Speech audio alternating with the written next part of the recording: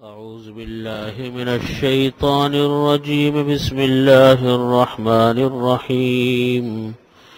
إنما كان قول المؤمنين إذا دعوا إلى الله ورسوله ليحكم بينهم أن يقولوا سمعنا وأطعنا وأولئك هم المفلحون. ومن يطع الله ورسوله ويخشى الله ويتقه فأولئك هم الفائزون.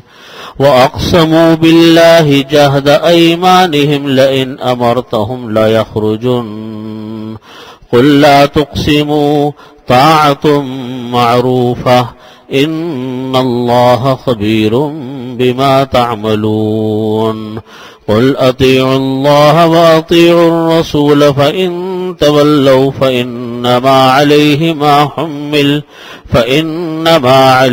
ما حمل وعليكم ما حملتم وإن تطيعوه تهتدوا وما على الرسول إلا البلاغ المبين.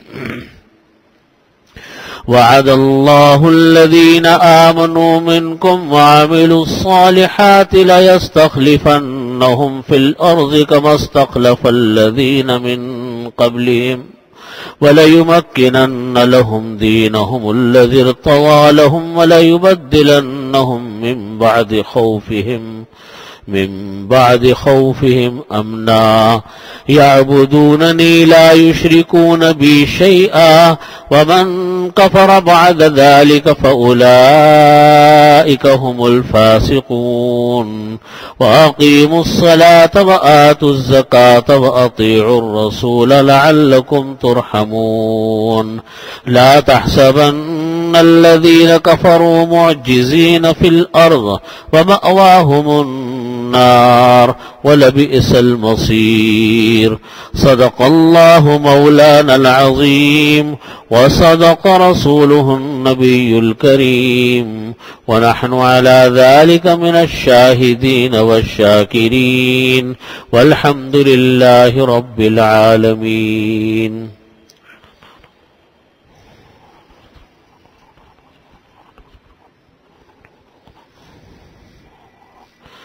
بزرگان محترم، برادران عزیز، اللہ رب العزت نے ارشاد فرمایا انما کان قول المؤمنین اذا دعوا الی اللہ ورسولہ لیحکم بینہم.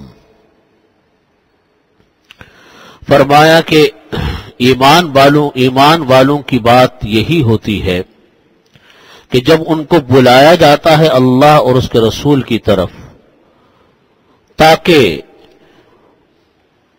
ان کے درمیان اللہ کے حکم کے مطابق فیصلہ کیا جا سکے، تو وہ یوں کہتے ہیں ہم نے سن لیا، ہم نے مان لیا. وَأُولَئِكَ هُمُ الْمُفْلِحُونَ، اور ایسے ہی لوگ فلاح یافتہ لوگ ہیں. یعنی پچھلے درس میں جو آخر میں بات آئی تھی وہ یہ بات آئی تھی کہ ایک منافق تھا اور ایک یہودی کے درمیان ایک جھگڑا ہو گیا تھا، ایک نزاع پیش آ گیا تھا کسی چیز کا. تو یہودی نے کہا منافق وہ جو اپنے آپ کو مسلمان ظاہر کرتے ہیں ہوتے اندر سے کافر ہیں. تو یہودی نے کہا تھا کہ چلو تم اپنے اللہ کے نبی کے پاس، ہم فیصلہ کر لیتے ہیں. تو اس نے کہا کہ نہیں، ہم جانے کے لیے تیار نہیں ہے، تم عبداللہ بن ابی جو مشہور منافق ہے اس کے پاس چلو، ہم فیصلہ کریں گے. تو اس پر یہ پچھلی آیات تھی، تو جس پہ یوں فرمایا تھا پچھلی آیات میں کہ جب ان کو اللہ اور اس کے رسول کی طرف فیصلوں کے لیے بلایا جاتا ہے تو ایک جماعت ان میں سے کہتی ہے کہ ہم اللہ کے فیصلوں کو قبول کرنے کے لیے تیار نہیں ہیں. اس پر یہ فرمایا انما کان قول المؤمنین، مومنین کی بات تو یہ ہوتی ہے، مومنین کی بات یہ ہوتی ہے کہ جب ان کو اللہ اور اس کے رسول کے فیصلوں کی طرف بلایا جاتا ہے اور اس کی بات کی طرف بلایا جاتا ہے تو وہ کہتے ہیں کہ ٹھیک ہے، ہم سن بھی لیں گے اور مان بھی لیں گے، جو بات ہوگی ہم ماننے کے لیے تیار ہیں. دنیا کا کوئی نقصان ہو ہم برداشت کریں گے، لیکن ہم اللہ کے حکم کی خلاف ورزی کرنے کے لیے تیار نہیں۔ آج بھی ایسے اللہ کے نیک بندے ہیں، آج بھی ایسے نیک لوگ ہیں جو باوجود شر اور فساد کے، پوری دنیا میں شر اور فساد ہے، یہ طے کر کے بیٹھے ہیں کہ ہمیں اپنے گھر کا ماحول بھی اللہ کے حکم کے مطابق چلانا ہے، اپنی تجارت بھی اللہ کے حکم کے مطابق چلانی ہے، اپنے ساری زندگی کے کام اللہ کے حکم کے مطابق چلانے ہیں۔ اللہ تعالیٰ کے حکم کے ماننے میں جو رکاوٹیں آئیں گی ہم اس کو خوشی خوشی قبول کرنے کو تیار ہیں۔ آج ایسے لوگ ہیں اور الحمدللہ کامیاب زندگی گزار رہے ہیں، وہ ناکام نہیں ہیں اپنی زندگیوں میں، وہ کامیاب ہیں۔ اللہ تعالیٰ یہ فرماتے کہ مومنین کا بھی معاملہ یہی ہے، ان کو جب اللہ کی طرف، اللہ کے فیصلے کی طرف بلایا جاتا ہے، اللہ کے حکم کی طرف بلایا جاتا ہے، وہ کہتے ہم نے مانا، ہم نے سنا۔ پر اللہ تعالیٰ فرماتے اولئک هم المفلحون، کامیاب لوگ یہی ہیں۔ ہمارے ہاں ایک بہت بڑا طبقہ وہ ہے جو ویسے تو دین کی بات کرنے کے لیے تیار ہوتا ہے، سننے کے لیے تیار ہے، نماز بھی پڑھیں گے، روزے بھی رکھیں گے، اور حج اور عمرہ بھی ہوگا، زکوٰۃ صدقات خیرات بھی ہوگا، لیکن جب اللہ تعالیٰ کا کوئی فیصلہ، اللہ تعالیٰ کو کوئی حکم ماننے میں کوئی نقصان آنے لگے، کوئی تکلیف پیش آنے لگے، تو وہاں سے وہ لوگ منہ موڑ کر چلے جاتے ہیں، کہتے نہیں ہمیں یہ بات ماننی نہیں ہے۔ ایسے کتنے لوگوں سے واسطہ پیش آیا، خود میرا اپنا ذاتی، کہ انہوں نے کہا جب ان کو پتا چلا کہ صاحب اس طریقہ کار کے مطابق ان کو نقصان ہے تجارتی لحاظ سے، تو فوراً منہ موڑ کر چلے گا کہ نہیں بھئی ہمیں یہ نقصان برداشت نہیں ہے، ہم سود پر چلے جائیں گے، ہم سود کا کام کر لیں گے، ہم دوسرا کام کر لیں گے، لیکن ہمیں یہ نقصان برداشت نہیں۔ تو یہ فائدے وقتی ہوتے ہیں، یہ شیطان کے ڈراوے ہوتے ہیں کہ تمہیں یہ ہو جائے گا، تمہیں وہ ہو جائے گا، تمہیں یہ ہو جائے گا، یہ شیطان کے ڈراوے ہیں۔ اصل کامیاب انسان وہ ہیں جو ہر معاملے میں اللہ کے حکم کو بلند و بالا رکھتے ہیں اور یہ تہیہ کر کے بیٹھے ہیں کہ ہمیں اپنے کاروبار ہو یا اپنا گھر ہو یا اپنے نظام زندگی ہو، ہر حالت میں ہمیں اللہ کے حکم کی پیروی کرنی ہے۔ آپ دیکھیے ایسے لوگ کبھی ناکام نہیں ہوتے، اللہ تعالیٰ ان کو ہمیشہ کامیاب فرماتے ہیں۔ اسی لیے نبی کریم صلی اللہ علیہ وسلم نے مال میں کثرت کی دعا نہیں مانگی، مال کے زیادہ ہونے کی دعا نہیں مانگی، آپ صلی اللہ علیہ وسلم نے مال میں برکت کی دعا مانگی، اللہ تعالیٰ نے برکت کی دعا مانگی ہے۔ یوں فرمایا اللہم قنعنی بما رزقتنی وبارک لی فیہ، اے اللہ مجھ کو قناعت عطا فرما اس مال میں جو آپ نے ہم کو عطا فرمایا۔ اللہم قنعنی بما رزقتنی وبارک لی فیہ، اے اللہ جو مال آپ نے ہم کو دیا، حلال طریقے سے جو مال ہمیں مل گیا، ہمیں اس پر قناعت دے دیجئے، صبر دے دیجئے، سکون دے دیجئے۔ وبارک لی فیہ، اور اے اللہ اس میں ہم کو برکت عطا فرماؤ۔ کتنی بڑی بات ہے۔ آج جس انسان کو اللہ نے اس کے مال میں برکت دے دی اور قناعت دے دی، وہ سب سے بڑا مالدار انسان میرے نزدیک وہ ہے جس کو قناعت مل جائے اور جس کے مال میں اللہ برکت ڈال دے۔ سب سے کامیاب، سب سے زیادہ کامیاب، سب سے زیادہ خوش، سب سے بڑا مالدار انسان وہ ہے۔ ورنہ بڑے بڑے مالداروں کو آپ دیکھیے جن کے پاس دولتوں کے انبار لگے پڑے ہیں، چین کسی لمحے نہیں ہے، ان کو سکون کسی لمحے نہیں ہے، مال ہے، دولت ہے، اس دولت اور مال کو برتنے کا موقع نہیں ہے، مصروفیت بے تحاشا۔ دولت کے تو انبار ہیں، لیکن اس دولت انسان سکون کے لیے، خوشیوں کے لیے کماتا ہے، اس کے برتنے کا وقت نہیں مل رہا اس کو۔ اس کا مطلب یہ کہ قناعت نہیں ہے۔ جب قناعت نہیں ہے تو حوث ہی حوث ہے، بس حوث ہی حوث ہے، بڑا اس حوث کے اندر آگے وہ۔ تو بھائی کتنا انسان کما لے گا؟ ایسے ایسے لوگ ہیں کہ اگر آج وہ اپنی دولت کا حساب کریں تو شاید ان کی پشتیں اور نسلیں بیٹھ کر کھائیں اس دولت کو، لیکن سکون نہیں ہے، اس لیے کہ قناعت نہیں ہے۔ مال کی کثرت کی حویث ہے کہ کسی طرح مال زیادہ آ جائے. نبی کریم صلی اللہ علیہ وسلم نے فرمایا کسی انسان کے پاس اگر اچھا گھر ہو رہنے کے لیے، اچھا گھر رہنے کے لیے ہے، اور فرمایا اس کے پاس اچھی سواری ہو سفر کرنے کے لیے، اور فرمایا کہ اس کے پاس ایک اچھی نیک اور صالح بیوی ہو، اچھی نیک اور صالح اس کے پاس بیوی ہو. یہ تین چیزیں جس انسان کو میسر آ جائیں، اچھا گھر، اچھی سواری، اچھی بیوی، فرمایا کہ دنیا اس انسان کے لیے جنت ہے. دنیا اس کے لیے کیا ہے؟ جنت ہے. آپ دیکھیے اس کے علاوہ جو چیزیں ہیں، اس کے علاوہ جتنی چیزیں ہیں سب حوث ہے. آدمی ایک ہی گھر میں رہے گا، 10 گھر بنا رہا ہے، ٹھیک ہے بنا لے 10 گھر، ایک دبئی میں گھر بنا لیا، ایک لندن میں بنا لیا، پاکستان کے ہر شہر میں بنا لیا، بنا لے، رہے گا تو ایک ہی گھر میں نا، ٹھکانا تو ایک ہی کو بنائے گا، ہر گھر میں تو نہیں رہ سکتا. 10 گاڑیاں رکھ لے لیکن سفر تو کسی ایک ہی گاڑی میں کرنا ہے اس نے، اس سے زیادہ میں تو نہیں کرنا، ایک وقت میں 10 گاڑی میں تو نہیں پھر سکتا. اور اللہ تعالیٰ اچھی بیوی عطا فرما دے تو اس کے لیے فرمایا کہ اس کے لیے، اس انسان کے لیے دنیا کیا ہے؟ جنت ہے. اس کے علاوہ جو کماتا ہے، جو محنت کرتا ہے، سب اس کی حویث ہے. ضرورت یہاں پوری ہو جاتی، ضرورت یہاں پوری ہے. تو بات یہی ہے کہ ہم کیوں اللہ کو ناراض کرنے والے کام کریں؟ کیا ضرورت ہمیں پڑی ہے؟ یہ شیطان کے بہکاوے ہیں کہ تم یہ کام کرو گے تمہیں نقصان ہو جائے گا، تم یہ کام کرو تمہیں نقصان. ایک صاحب تھے، میرا امریکہ جانا ہوا، کچھ عرصے پہلے کی بات ہے. وہ صاحب ایک اپنا سلاٹر ہاؤس قائم کرنا چاہتے تھے، یہ جس میں جانور وغیرہ ذبح کرتے ہیں نا.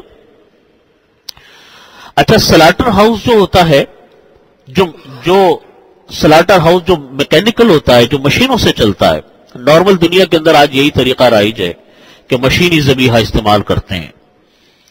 قرآن پاک کی آیت کا حکم ہے، اللہ رب العزت نے فرمایا کہ تم جانور کو اللہ کا نام لے کر ذبح کرو.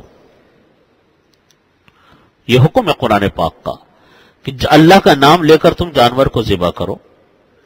اور فرمایا گلے میں جانور کی 4 رگیں ہوتی ہیں، مرئی، حلقوم، ودجین، جس کا عربی میں یہ 4 نام ہیں. کھانے کی رگ، کھانے کی نالی، پینے کی نالی، سانس کی نالی. تو ان کو لوگوں نے سمجھایا، جو وہاں کے مذہبی لوگ تھے، کہ دیکھیں آپ یہ سلاٹر ہاؤس قائم تو کر رہے ہیں، لیکن آپ نے جو مشینیں اس کے اندر لگائی ہیں اس میں شریعت کے ضابطے پورے نہیں ہوتے. اس لیے کہ سارے مشینی ذبیح ہیں، تو بسم اللہ پڑھ کر آپ ذبح کریں گے کیسے اس کو؟ آپ دوسرے طریقے سے ذبح کر لیں، مینول طریقے سے ذبح کر لیں اس کو. اور مسئلہ بھی بتلایا. تو جب انسان کو اللہ معاف کرے، جب ایک دھن سوار ہوتی ہے تو بعض اوقات انسان ایک ایک پیسے کو گن رہا ہوتا ہے.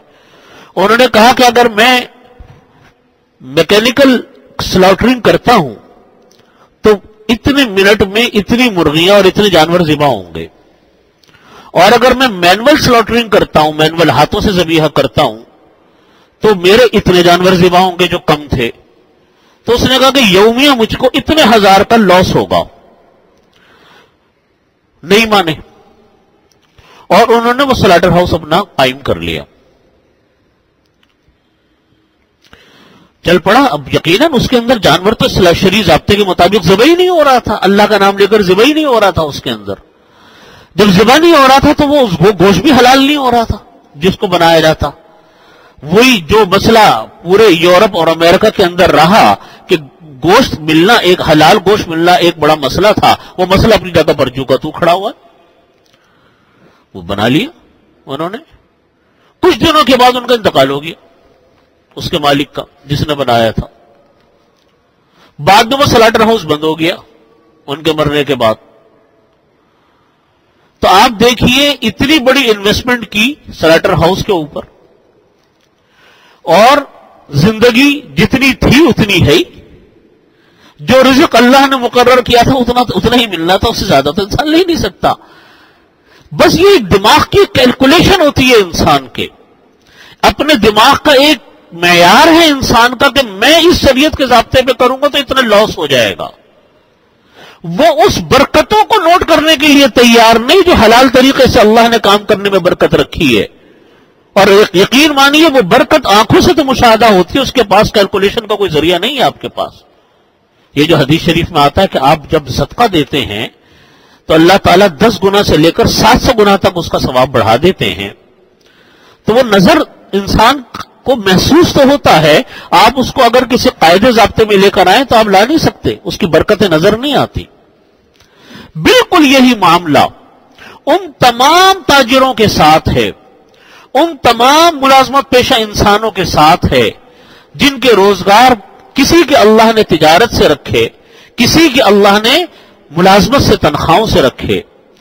جو حلال کی فکر کرتے ہیں وہ کماتے کم ہیں لیکن خوشیاں اور راحتیں زیادہ استعمال کرتے ہیں، اس لیے کہ وہ اس آیت کے اوپر عمل کرتے ہیں کہ ان کو اللہ کے فیصلے کی طرف بلایا جا رہا ہے کہ دیکھو تم ملازمت میں ان شرائط کا خیال رکھنا، کام پورا کرو تو تنخواہ پوری لو، رشوت نہ لو، یہ نہ کرو وہ نہ کرو، تجارت کرو تو ایمانداری سے تجارت کرو، جتنا مال جیسا مال کہو ویسا دو، جھوٹ بول کر مال مت کماؤ، دھوکہ دے کر مال مت کماؤ۔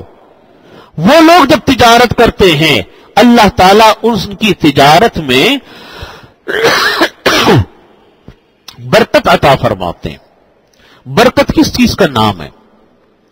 برکت نام ہے اس بات کا کہ انسان کا کمایا ہوا پیسہ خوشیوں کے ساتھ، راحتوں کے ساتھ، اطمینان کے ساتھ انسان کی تمام ضرورتوں کے لیے کافی ہو جائے۔ یہ ہے برکت۔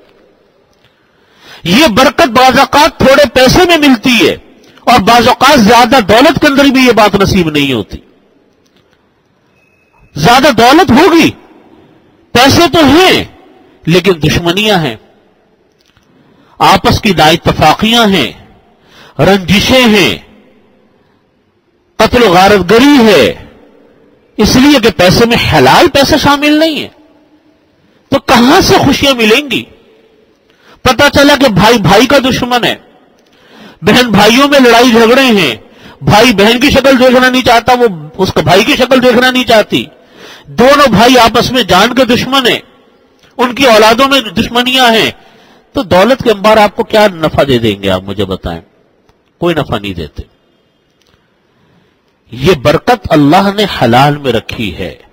حلال اسی لیے فرمایا کہ تم ہمارے ہاں آج حلال پیسے کا تصور، حلال پیسے کے اوپر محنت، حلال پیسے کی فکر آج ہمارے معاشرے سے ناپید ہوتی چلی جا رہی ہے۔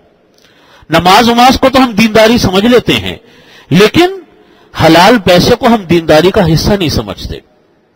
عزت کے ساتھ پیسہ، حلال پیسہ، جس میں کسی کا حق نہ مارا گیا ہو، جس میں جھوٹ نہ بولا گیا ہو، جس میں دھوکہ نہ دیا گیا ہو، اس کی فکر اللہ تعالی ہم سب کے اندر پیدا فرمائے۔ اسی کو قرآن کریم میں فرمایا کہ جب ان کو بلایا جاتا ہے اللہ کی بات کی طرف تو وہ یوں کہتے ہیں ہم نے سن لیا، ہم نے اطاعت کی۔ فرمایا کہ کامیاب انسان یہی ہے۔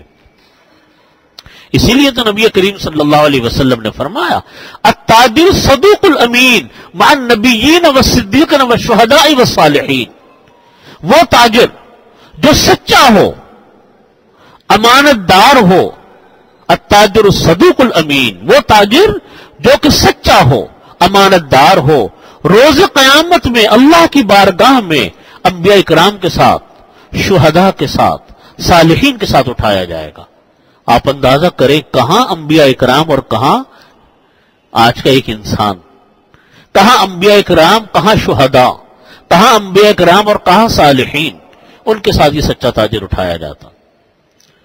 جو سچا تاجر ہو اس سے کبھی پوچھو کہ تمہیں کوئی تکلیف پیش آئی، تو وقتی تکلیفیں تو خیر ہر انسان کو آتی ہیں، لیکن یہ نہیں ہوتا کہ بھوک و افلاس سے وہ مر گیا اور اس کے گھر کی ضرورت اپنی جگہ پر قائم و دائم ہوا، ایسا نہیں ہوتا۔ اللہ رب العزت برکت عطا فرماتے ہیں۔ اللہ تعالیٰ مال میں برکت ہم سب کے عطا فرمائے، حلال پیسے کی فکر اللہ تعالیٰ ہم سب کو عطا فرمائے۔ یہ حلال پیسہ ایسا ہے کہ جب یہ حلال روپیہ، حلال رزق اللہ انسان کے جسم سے اترتا ہے تو انسان کو خیالات بھی حلال کے اچھے آتے ہیں، اور یہی حرام پیسہ جب جسم کے اندر داخل ہوتا ہے تو خیالات بھی انسان کو گندے آتے ہیں، اچھے خیالات نہیں آتے۔ وَمَن يُطِعِ اللَّهَ، یہ جو آیت ہے کلام پاک کی جو میں اب پڑھ رہا ہوں، یہ عجیب و غریب آیت ہے۔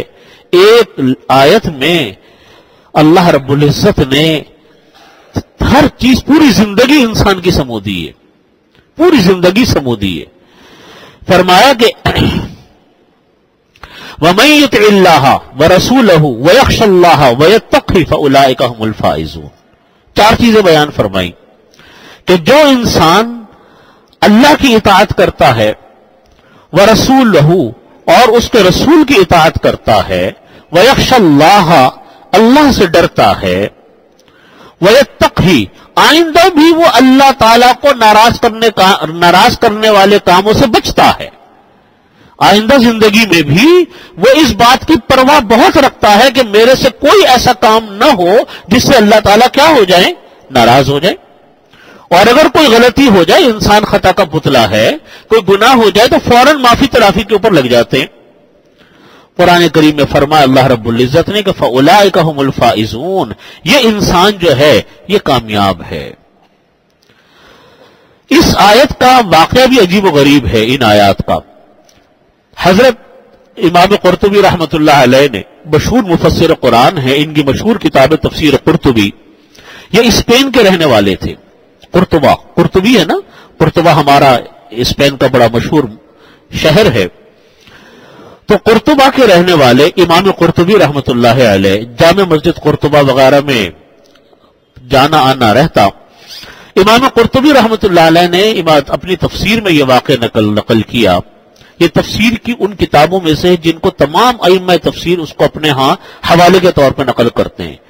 معارف القرآن میں بھی حضرت مفتی محمد شفیع صاحب رحمۃ اللہ علیہ نے امام قرطبی رحمۃ اللہ علیہ کے بہت حوالے لکھے ہیں۔ یہاں پر بھی لکھا ہے، تفسیر قرطبی میں یہ واقعہ لکھا ہے کہ حضرت فاروق اعظم رضی اللہ عنہ کا زمانہ تھا، ان کا قول نقل کیا ہے۔ وہ فرماتے ہیں کہ ایک روز مسجد نبوی میں حضرت فاروق اعظم رضی اللہ عنہ کھڑے ہوئے تھے۔ اچانک ایک روم کا رہنے والا ایک کسان آپ حضرت عمر فاروق رضی اللہ عنہ کے برابر میں آ کے کھڑا ہو گیا، اور کھڑے ہو کر اس نے کہا کہ انا اشہد ان لا الہ الا اللہ و اشہد ان محمد رسول اللہ، کلمہ طیبہ پڑھ لیا۔ روم کا تھا، روم عیسائیت کا مرکز تھا۔ مرکز کیا تھا؟ آج بھی مرکز ہے، ویٹیکن سٹی روم کا جو ہے وہ اٹلی میں ویٹیکن سٹی ہے، ان کا سب سے بڑا مرکز پایا تخت۔ حضرت فاروق اعظم رضی اللہ عنہ نے پوچھا کہ تم نے جو یہاں آ کر ابھی کلمہ پڑھا، اس کی کوئی خاص وجہ ہے، کوئی سبب ہے اس کا؟ اس نے کہا کہ ہاں، اس کا ایک سبب ہے جو میں نے کلمہ طیبہ پڑھا ہے۔ حضرت فاروق اعظم نے پوچھا کہ وہ سبب کیا ہے؟ انہوں نے کہا کہ میں نے توریت، انجیل، زبور اور انبیاء سابقین کی بہت کتابیں پڑھی ہے۔ مطالعے کا شوقین تھا، کہتے ہیں میں نے بہت کتابیں پڑھی، مگر حال میں ایک مسلمان قیدی قرآن پاک کی سورہ نور کی یہ آیت پڑھ رہا تھا۔ ایک مسلمان قیدی کو میں نے دیکھا کہ قرآن پاک کی یہ سورہ نور کی یہ آیت پڑھ رہا تھا جو ابھی میں نے آپ کے سامنے پڑھی۔ تو وہ کہنے لگا کہ اس چھوٹی سی آیت نے تمام سابقہ کتابوں کو اپنے اندر سمیٹ لیا، اس ایک آیت نے تمام سابقہ کتابوں کو اپنے اندر سمو لیا۔ تو میں سمجھ گیا کہ یہ قرآن جو ہے یہ ایک برحق کتاب ہے، یہ غلط کتاب نہیں ہو سکتی۔ فاروق اعظم نے پوچھا کہ وہ کون سی کتاب ہے، وہ کون سی آیت ہے جو تم نے سنی اس مسلمان قیدی سے؟ تو اس نے یہ آیت پڑھی کہ وَمَن يُطِعِ اللَّهَ وَرَسُولَهُ وَيَخْشَ اللَّهَ وَيَتَّقْهِ فَأُولَٰئِكَ هُمُ الْفَائِزُونَ۔ اور پھر حضرت فرمایا کہ وَمَن يُطِعِ اللَّهَ، جس انسان نے اطاعت کی اللہ کی، اس کے اندر تمام فرائض آ گئے، جتنے فرائض ہیں وہ سب اس کے اندر آ گئے. اور ورسولہ فرمایا کہ وَمَن يُطِعِ اللَّهَ وَرَسُولَهُ، جس انسان نے اللہ کی اطاعت کی فرائض آ گئے. ورسولہ، جس انسان نے رسول کی اطاعت کی اس سے تمام سنتیں آ گئیں. تو باقی کیا بچا؟ جب فرائض سب آ گئے اور پوری سنت آ گئی تو سنت تو پورا قرآن کا کیا ہے؟ مجموعہ ہے، وہ آ گیا. پھر اس نے کہا کہ وَيَخْشَى اللَّهَ، وہ انسان اللہ سے ڈرتا ہے. یعنی جو ماضی کی زندگی اس کی گزری جیسی تیسی گزری، اس میں وہ اللہ سے ڈرتا رہتا کہ یا اللہ میں نے اپنی ماضی کی زندگی میں بڑے گناہ کیے، بڑے میرے سے معاصی ہوئے، اس میں وہ ڈرتا رہتا ہے. وَيَخْشَى اللَّهَ، یعنی ماضی کی زندگی سے وہ اللہ سے ڈرتا ہے. وَيَتَّقِي، اور آئندہ زندگی میں وہ اللہ کو ناراض کرنے والے کاموں سے بچنے کی فکر رکھتا ہے.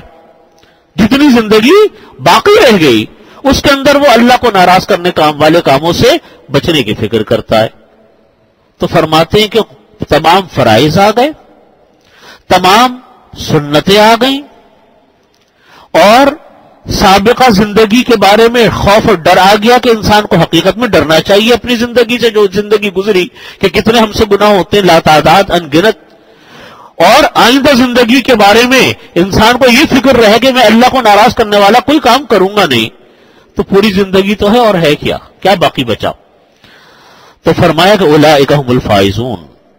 تو فائز کس کو کہتے ہیں؟ قرآن کریم میں لفظ بہت آیا، اولئک ھم الفائزون. فائز کس کو کہتے ہیں؟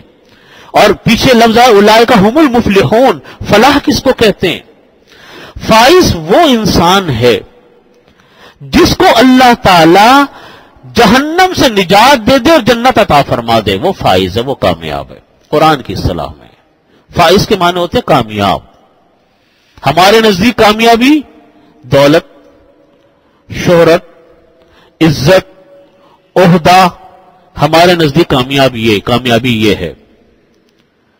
لیکن قرآن اور سنت کی اصطلاح میں کامیابی کس کو کہتے ہیں؟ جہنم سے نجات پا گیا اور اللہ نے اس کو جنت عطا فرما دی. یہ کیا ہے؟ یہ ہے فائز، یہ ہے کامیاب. اللہ تعالیٰ اس کامیابی کی دھن ہم کو عطا فرما دے. ہم حقیقی کامیابی سے تو منہ موڑ کے بیٹھے ہوئے ہیں، اس کی تو پرواہ نہیں ہوتی. دنیا کی چھوٹی کامیابیاں، ان کے پیچھے دوڑ کے اپنے خدا کو ناراض کر بیٹھے. اصل کامیابی، اصل ٹارگٹ، اصل مقصود، اصل منزل وہ معلوم ہے ہم کو کیا ہے، اس کی تو پرواہ ہے نہیں. دنیا کے چھوٹے موٹے اپنے مقاصد کے پیچھے اپنے وقت کو برباد کرتے پھرتے ہیں. اور فلاح کس کو کہتے ہیں؟ فلاح قد افلح المؤمنون. یہ بات ہم نے پڑھی تھی جب 18واں سپارہ شروع ہو رہا تھا کہ قد افلح. فلاح بولتے ہیں جس انسان کو اللہ تعالیٰ دنیا اور آخرت دونوں میں کامیاب فرما دے، آخرت کی کامیابی. اسی لیے نبی کریم صلی اللہ علیہ وسلم نے یہ حکم دیا کہ تم اپنی دعاؤں میں آخرت کو پہلے مانگا کرو، اپنی دعاؤں کو آخرت میں پہلے مانگا کرو. آخرت کو پہلے مانگنے کا مطلب یہ ہے کہ اب جب ابتدا کرو حمد و ثنا کے بعد تو سب سے پہلے دعا مانگا کرو آخرت کی، کیونکہ آخرت دائمی ہے. دنیا کی دعائیں اس کے بعد مانگو کیونکہ دنیا عارضی ہے. دنیا کی کیا زندگی ہے؟ کتنے دن کی زندگی ہے؟ کس کی کتنے دن زندگی ہے؟ مگر یہ بھی نہیں فرمایا کہ تم دنیا سے 100% منہ موڑ لو. یہ بھی نہیں، تمہیں دنیا مانگو ہی نہیں. ہمیں دعا کیا سکھلائی گئی؟ ربنا آتنا فی الدنیا حسنۃ وفی الآخرۃ حسنہ. دونوں کی اچھائیاں ہمیں چاہیے یا اللہ. یہ نہیں ہے کہ دنیا کو تم مانگو نہیں، مانگو دنیا کو. دنیا ضروری ہے، حلال طریقے سے ملے، جائز طریقے سے ملے، عزت کے ساتھ ملے، سکون کے ساتھ ملے، مستحسن چیز ہے، اس پر اللہ کا شکر ادا کرنا چاہیے. وہ ہماری ضرورت ہے. لیکن اس سے بڑی ضرورت ہماری آخرت کی اصلاح ہے، اس لیے کہ ہمیشہ کہاں رہنا ہے؟ آخرت میں رہنا ہے. تو یہ فرمایا کہ وَمَن يُطِعِ اللَّهَ وَرَسُولَهُ، جو انسان اللہ کی اطاعت کرے، وَرَسُولَهُ، اس کے رسول کی اطاعت کرے، وَيَخْشَى اللَّهَ، اپنی ماضی کی زندگی میں اللہ سے ڈرتا رہے، جو زندگی گزری اس پر ڈرتا رہے، وَيَتَّقِي، آئندہ زندگی میں اللہ سے کو ناراض کرنے کی فکر اپنے اندر پیدا کرے، اولئک ھم الفائزون. وہ لوگ کون ہیں؟ فائز ہیں. فرمایا وَأَقْسَمُوا بِاللَّهِ جَهْدَ أَيْمَانِهِمْ، فرماتے ہیں کہ وَأَقْسَمُوا بِاللَّهِ جَهْدَ أَيْمَانِهِمْ، اور وہ لوگ، یہ منافقین کے بارے میں اللہ تعالیٰ فرماتے کہ وہ لوگ بڑی زور دے کر قسمیں کھا کر کہتے ہیں لَإِنْ أَمَرْتَهُمْ لَا يَخْرُجَنَّ، کہ اگر اللہ تعالیٰ ان کو حکم دیں گے تو وہ سب کچھ اپنا چھوڑ چھاڑ کر اللہ کے راستے میں نکل جائیں گے۔ اللہ تعالیٰ فرماتے کہ قُلْ لَا تُقْسِمُوا، اللہ تعالیٰ فرماتے ہیں کہ تم یہ باتیں مت کیا کرو، یہ باتیں تم قسمیں مت کھاؤ، تمہاری حالت کی ہم کو خبر ہے، تمہاری فرمانبرداری کی حقیقت ہم کو معلوم ہے، اللہ تعالیٰ تمہارے اعمال کی پوری خبر رکھتا ہے، ان اللہ خبیر بما تعملون، اللہ تعالیٰ تمہارے اعمال کی پوری خبر رکھتا ہے۔ قل، اے نبی صلی اللہ علیہ وسلم، آپ فرما دیجئے لوگوں کو اطیعوا اللہ واطیعوا الرسول، تم اللہ کا حکم مانو، اس کے رسول کا حکم مانو، جب اللہ کا حکم آئے سر تسلیم خم کر لو، رسول کا حکم آئے سر تسلیم خم کر لو۔ فَإِن تَوَلَّوْا فَإِنَّمَا عَلَيْهِ مَا حُمِّلَ وَعَلَيْكُمْ مَا حُمِّلْتُمْ، اللہ تعالیٰ فرماتے کہ تم اگر اللہ کے حکموں سے روگردانی کرو گے تو سن لو تمہارے اوپر اتنا ہی ذمہ داری ہے جو تم پر ڈالی گئی ہے، یعنی آپ پر اتنی ذمہ داری ہے جو ڈالی گئی، وَعَلَيْكُمْ، اور تم لوگوں کے اوپر وہی ذمہ داری ہے جو تم لوگوں پر ڈالی گئی ہے۔ مطلب یہ ہے کہ ہر انسان، اگر کوئی انسان اللہ تعالیٰ کے حکم سے روگردانی کرتا ہے تو اللہ کا تو کوئی نقصان نہیں ہے، رسول صلی اللہ علیہ وسلم کو تو کوئی نقصان نہیں ہے اگر کوئی انسان اللہ کا حکم نہیں مانتا۔ بات یہ ہے کہ تمہارے ذمے میں صرف اطاعت کا کام ہے، تمہارے ذمے میں صرف کیا ہے؟ اطاعت کا کام ہے، جس کا بار تم پر رکھا گیا ہے۔ آپ کا کام اتنا کام کرنا ہے جتنی ذمہ داری اللہ نے آپ کے اوپر ڈالی ہے، لہذا اپنا کام نہیں کرو گے تو ضرر آپ کو ہی ہوگا، کسی دوسرے کو ضرر نہیں ہوگا، اللہ کے رسول کو ضرر نہیں ہوگا، نقصان نہیں ہوگا۔ اور اگر تم نے ان کی اطاعت کر لی تو پھر ایسی صورت میں رسول صلی اللہ علیہ وسلم، تو اس کا مطلب یہ کہ اگر تم اللہ کے رسول کی اطاعت کرو گے تو اس کا مطلب یہ کہ تم سیدھی راستے پر جا لگو گے، اور رسول صلی اللہ علیہ وسلم کے ذمے میں صرف صاف طور پر پہنچا دینا ہے، ان سے کوئی باس پرس نہیں ہونی۔ باس پرس تو اس انسان سے ہونی ہے جس انسان نے اللہ تعالیٰ کے حکم کو پورا نہیں کیا۔ وعد اللہ الذین آمنوا وعملوا الصالحات، فرمایا کہ وعدہ کیا اللہ نے الذین آمنوا منکم وعملوا الصالحات، تم میں سے جو ایمان لائے اور جنہوں نے اعمال صالحہ کیے، لَيَسْتَخْلِفَنَّهُمْ فِي الْأَرْضِ كَمَا اسْتَخْلَفَ الَّذِينَ مِنْ قَبْلِهِمْ۔ یہاں ان آیات کا جو شان نزول ہے وہ یہ ہے کہ امام قرطبی رحمۃ اللہ علیہ تفسیر قرطبی میں، جن کا بھی میں نے تذکرہ کیا، انہوں نے نقل کیا ہے کہ نبی کریم صلی اللہ علیہ وسلم نزول وحی اور اعلان نبوت کے بعد 10 سال تک مکہ مکرمہ میں رہے، ہر وقت آپ کفار اور مشرکین کے خوف میں رہتے تھے۔ پھر ہجرت مدینہ کا حکم ہوا، مدینہ طیبہ تشریف آوری ہوئی، تو یہاں پر بھی آپ کو ہر وقت ڈر اس بات کا رہتا تھا کہ کہیں ان کے اوپر دشمن حملہ آور نہ ہو، کہیں ان کو نقصان نہ پہنچائے۔ تو کسی نے آ کر یہ کہا، نبی کریم صلی اللہ، آپ کو معلوم ہے کہ مدنی مکہ مکرمہ کے اندر جہاد جو تھا وہ ممنوع تھا، قتال کی اجازت نہیں تھی مکہ مکرمہ کے اندر۔ جب مدینہ طیبہ آئے تو پھر جہاد کا ایک لامتناہی سلسلہ شروع ہو گیا، ہر سال جہاد سرایا کا ایک سلسلہ تھا، کتنے غزوات ہوئے آپ دیکھیے، کتنے سرایا ہوئے آپ دیکھیے۔ تو کسی صحابی نے آ کر کہا کہ یا رسول اللہ، کیا کبھی ہم پر ایسا وقت بھی آئے گا کہ ہم اپنے ہتھیار اتار کر سکون کے ساتھ مدینہ طیبہ میں رہ رہے ہوں گے؟ کیا ہم پر کبھی کوئی ایسا وقت بھی آئے گا کہ ہم اپنے ہتھیار اتار کر سکون کے ساتھ مدینہ طیبہ میں رہ رہے ہوں گے؟ تو نبی کریم صلی اللہ علیہ وسلم نے فرمایا کہ بہت جلد تم پر ایک ایسا وقت آنے والا ہے، بہت جلد تم پر ایک ایسا وقت آنے والا۔ اس پر یہ آیات نازل ہوئی، قرآن پاک کی جو آیات اب ہم پڑھنے جا رہے ہیں۔ حضرت عبداللہ بن عباس رضی اللہ عنہما فرماتے ہیں کہ ان آیات میں اللہ تعالیٰ کا وعدہ ہے جو اس نے امت محمدیہ سے ان کے وجود میں آنے سے پہلے ہی تورات و انجیل میں فرما دیا تھا. یہ وعدہ وہ ہے تو توریت میں بھی لکھا ہے, انجیل میں بھی لکھا ہے. آیات پڑھ لیجئے. اللہ تعالیٰ فرماتے کہ وعد اللہ الذین آمنوا منکم وعملوا الصالحات, وعدہ کر لیا اللہ نے اہل ایمان سے جو تم میں اہل ایمان ہیں, وعملوا الصالحات, اور جنہوں نے نیک کام کیے ان سے اس بات کا وعدہ کر لیا لَيَسْتَخْلِفَنَّهُمْ فِي الْأَرْضِ كَمَا اسْتَخْلَفَ الَّذِينَ مِنْ قَبْلِهِمْ, کہ ان کو نیک اعمال کی پاداش, نیک اعمال کی بنیاد پر, اللہ تعالیٰ کے حکم ماننے کی بنیاد پر اللہ تعالیٰ زمین کی بادشاہت, زمین کی خلافت عطا فرمائیں گے. یہ وعدہ کیا. چنانچہ ان آیات میں 3 چیزوں کا وعدہ ہے. ایک, آپ کی امت کو زمین کے خلافہ اور حکمران بنایا جائے گا. وعدہ آ رہا ہے نا, اللہ تعالیٰ وعدہ فرما رہے ہیں اہل ایمان سے کہ آپ کی امت کو ہم زمین کی بادشاہت عطا کریں گے, اور اللہ کے پسندیدہ دین اسلام کو غالب کیا جائے گا. مدینہ طیبہ میں جب آپ تھے تو جب آپ آئے تو آپ جانتے ہیں کہ کیا حالت تھی مسلمانوں کی, بالکل ٹھٹرے ہوئے, خوف زدہ, پریشان. کہاں دیکھتے ہی دیکھتے ان صحابہ کرام نے اور مسلمانوں نے پوری دنیا کے اوپر اقتدار سنبھال لیا. کسی نے یہ خوب جملہ لکھا تھا کہ حضرات صحابہ کرام کے بارے میں کہ یہ لوگ مکہ مکرمہ سے اونٹوں کی مہار تھامے ہوئے نکلے تھے, اور دیکھتے ہی دیکھتے قوموں کی باغ ڈور ان کے ہاتھوں میں آ گئی.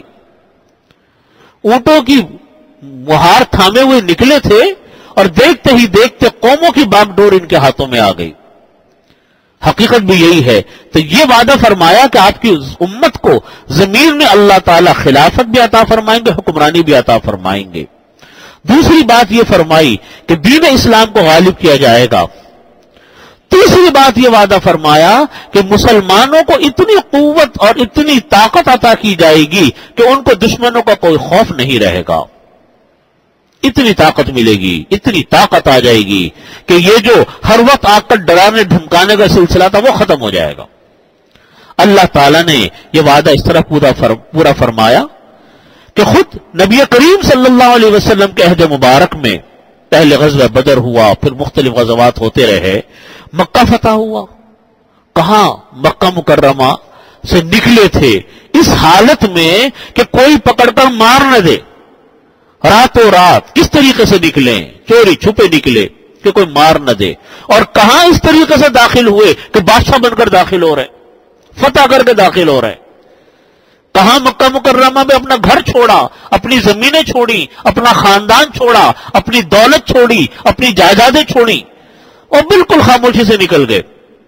اور کہاں آ رہے ہیں تو جناب پورا جزیرہ نما عرب کے اوپر قبضہ ہو چکا ہے اور مکہ بھی فتح ہو گیا. خیبر فتح ہوا, بحرین فتح ہوا, پورا جزیرۃ العرب اور ملک یمن حضرت صلی اللہ علیہ وسلم کے زمانے میں ان کے ذریعے فتح ہو چکا تھا. پھر اس کے بعد آپ نے ہجر کے مجوسیوں سے اور شام کے لوگوں سے آپ نے جزیہ وصول فرمایا. شاہ روم ہرقل قیصر جو تھا وہ, شاہ مصر اسکندریہ, شاہان عمان, حبشہ کے بادشاہ نجاشی وغیرہ نے حضرت صلی اللہ علیہ وسلم کو ہدایہ اور تحائف بھیجنے شروع کر دیے. جیسے بڑے بڑے لوگوں کو ہدایہ اور تحائف بھیجا کرتے تھے, بڑے بڑے بادشاہوں کو جیسے بھیجتے تھے, اس طرح نبی کریم صلی اللہ علیہ وسلم کو دوسرے سربراہان مملکت نے ہدایہ بھیجنے شروع کیے. حضرت نبی کریم صلی اللہ علیہ وسلم کے وصال کے بعد ابو بکر صدیق رضی اللہ عنہ کا زمانہ آیا. اس زمانے میں کچھ اندرونی خلفشار بہت تھا اور فتنے پیدا ہو گئے تھے, ان کو ختم کیا. بلاد فارس اور بلاد شام اور مصر کی طرف حضرت ابو بکر صدیق رضی اللہ عنہ نے اسلامی لشکر بھیجے. پھر حضرت ابو بکر صدیق اکبر رضی اللہ عنہ کی وفات ہوئی اور جلدی بہت کم زمانہ حکومت رہا حضرت ابو بکر صدیق رضی اللہ عنہ کا. تو پھر صدیق حضرت عمر فاروق رضی اللہ عنہ کا زمانہ آیا. اچھا, حضرت ابو بکر صدیق رضی اللہ عنہ کے زمانے میں بصرہ اور دمشق ان کے کچھ علاقے فتح آپ کے زمانے میں ہو گئے تھے. حضرت عمر فاروق رضی اللہ عنہ کا زمانہ خلافت آیا. اللہ اکبر, اس زمانے میں تو آپ دیکھیے پوری دنیا کے اندر فتوحات کا سلسلہ تھا، بڑے بڑے سپر پاور طاقتیں دم توڑ رہی تھیں. کسرا کو شکست ہوئی ہے تو حضرت عمر فاروق رضی اللہ عنہ کے زمانے میں شکست ہوئی ہے. کسرا ایسا جیسا آج کل آپ کا امریکہ سمجھ لیں آپ، ایسا تھا سپر پاور. اور وہ دنیا یہ سمجھتی تھی کہ کسرا کو کون ہرا سکتا ہے، کوئی صورت نہیں ہے کسرا کو ہرانے کی. پورا ملک شام فتح ہوا عمر فاروق رضی اللہ عنہ کے زمانے میں. ملک شام ایک ایسا ملک تھا کہ آج یہ ملک شام وہ نہیں ہے جو آج ہمارا ملک شام ہے، بلکہ یہ 5 ملکوں کا مجموعہ ہوتا تھا. اردن کا، شام کا، فلسطین کا، اسرائیل کا، لبنان کا، ان کا مجموعہ مل کر ملک شام تھا. اور ایک سپر پاور طاقت تھی، عیسائیت کا مرکز تھا. اس کو شکست ہوئی ہے حضرت عمر فاروق رضی اللہ عنہ کے زمانے میں. کسرا کو شکست ہوئی. پورا ملک مصر اور ملک فارس کا اکثر حصہ عمر فاروق رضی اللہ عنہ کے زمانے میں فتح ہوا. خلاصہ یہ ہے کہ یہ سلسلے اتنی فتوحات ہوئی. پھر خلافت راشدہ کا سلسلہ شروع ہوا، خلافت راشدہ چلی. اس کے بعد پھر مختلف خلافتیں چلتی رہی. خلافتیں کون سی خلافت بنو امیہ آئی، خلافت بنو عباس آئی، پھر خلافت عثمانی آئی. خلیفہ ہارون الرشید کے زمانے میں یہ عالم تھا مسلمانوں کی بادشاہت کا کہ جس طرح تاج برطانیہ کے بارے میں مشہور ہے کہ ان کی سلطنت کے اندر سورج غروب نہیں ہوتا تھا، اس طریقے سے خلیفہ ہارون الرشید کی سلطنت کے زمانے میں ان کی سلطنت میں سورج غروب نہیں ہوتا تھا. اتنی بڑی سلطنت مسلمانوں کی اللہ رب العزت نے قائم فرمائی ہے. اور یہ مسلمانوں کی خلافتیں سب ایسے ہی چلی ہیں خلافت عثمانیہ کے ختم ہونے تک. ایک مرتبہ واقعہ لکھا ہے کہ خلیفہ ہارون الرشید ایک مرتبہ لیٹے ہوئے تھے. بغداد مرکز تھا، عراق کا شہر بغداد مرکز تھا. تو وہاں قحط پھیلا ہوا تھا بغداد میں، قحط سالی چل رہی تھی. خلیفہ ہارون الرشید آرام کر رہے تھے، لیٹے ہوئے تھے. تو ایک بادل کے ٹکڑا آیا بڑا سا. تو خلیفہ ہارون الرشید کو یہ امید ہوئی کہ شاید یہ بادل کا ٹکڑا بارش برسائے گا، بارش ہوگی، ملک کے اندر قحط سالی ختم ہوگی. وہ بادل کا ٹکڑا آیا اور آ کر گزر گیا، بارش نہیں ہوئی. تو خلیفہ نے اس بادل کے ٹکڑے کو خطاب کر کے کہا کہ اے بادل کے ٹکڑے تو کہیں بھی برس جا کر، اس کا ٹیکس بغداد ہی آئے گا.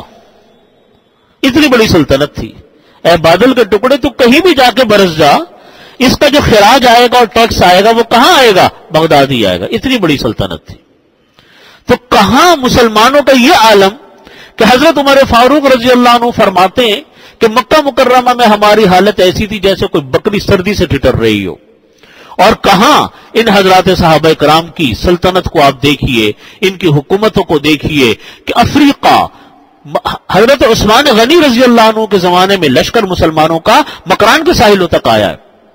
تو آپ اندازہ کیجئے پوری دنیا کے اندر اقتدار انہوں نے حاصل کیا. یہ وعدہ تھا کس بات کا؟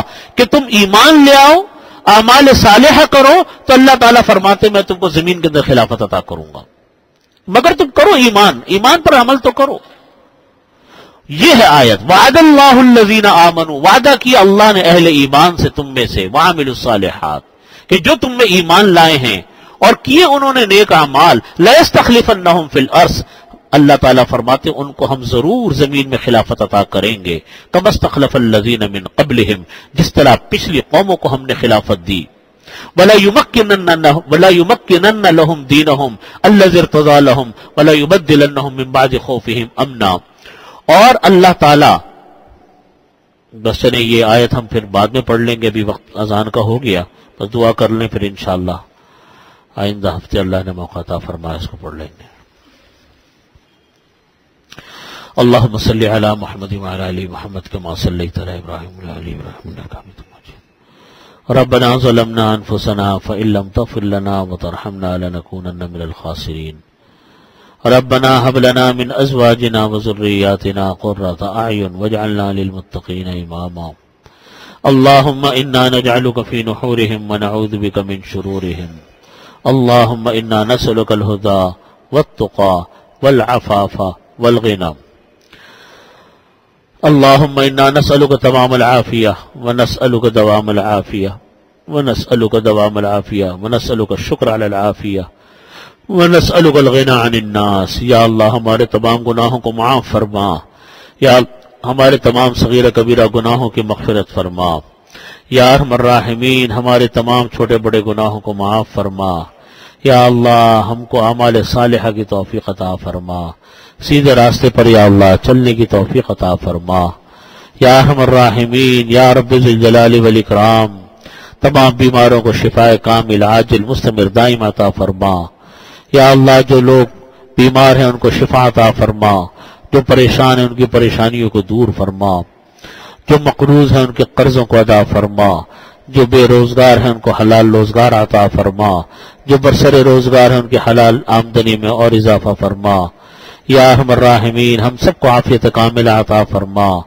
چین عطا فرما، سکھ عطا فرما، یا اللہ ہمارے ملک سے قتل و غارت گری کا خاتمہ فرما، یا اللہ قتل و غارت گری کا خاتمہ فرما، بھتہ خوری کا خاتمہ فرما، یا ارحم الراحمین ڈکیتیوں کا چوریوں کا خاتمہ فرما، سب کی جان مال عزت آبرو کی حفاظت فرما، یا اللہ سب کی جان مال عزت آبرو کی حفاظت فرما، یا اللہ قرآن کریم پر عمل کی توفیق عطا فرما، نبی کریم صلی اللہ علیہ وسلم کی احادیث پر عمل کی توفیق عطا فرما، قرآن اور حدیث کا فہم عطا فرما، اس کو سمجھنے کی توفیق عطا فرما، ان کی خدمت کی توفیق عطا فرما۔ ربنا تقبل منا انك انت السميع العليم وتب علينا انك انت التواب الرحيم۔ اللهم صل على